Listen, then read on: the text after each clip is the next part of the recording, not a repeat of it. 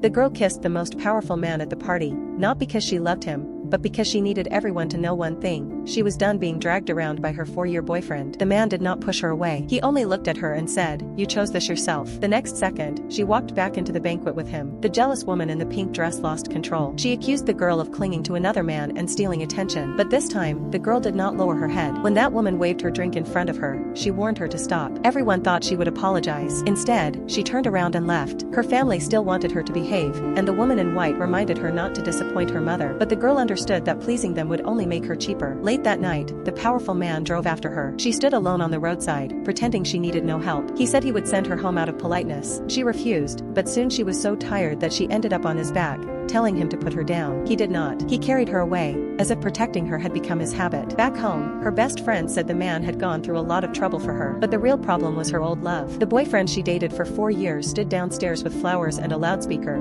begging her not to abandon him. He thought a public confession would move her. Instead, it only disgusted her. She called someone to block him. The next second, water splashed all over his face, and the proud boyfriend was humiliated in front of everyone. But the man's protection did not stop. He quietly arranged a new place for her to live. His assistant called it a rental, but the room was too good, the rent was too low, and the assistant looked nervous. She tried to reject the house, but the assistant panicked, because the boss had ordered him to keep her there. That night, the man found her curled up on the floor, pale and shaking. She begged him not to touch her and not to throw her away, as if she had fallen back into an old nightmare. He held her anyway and kept telling her to look at him. When she whispered that she was scared, his expression changed. This was no longer a fake romance. Her fear had touched a secret from years ago. Soon, a doctor revealed the truth. Years ago, a group of missing children had been rescued. On the day this girl was sent back home, she suffered delayed brain trauma. That was why some memories were broken, and why she sometimes reacted like she was trapped in the past. Only then did the man realize her pain was not weakness. It was a wound no one had truly healed. Before he could recover, his grandfather suddenly arrived. The old man pretended he only came to check the house,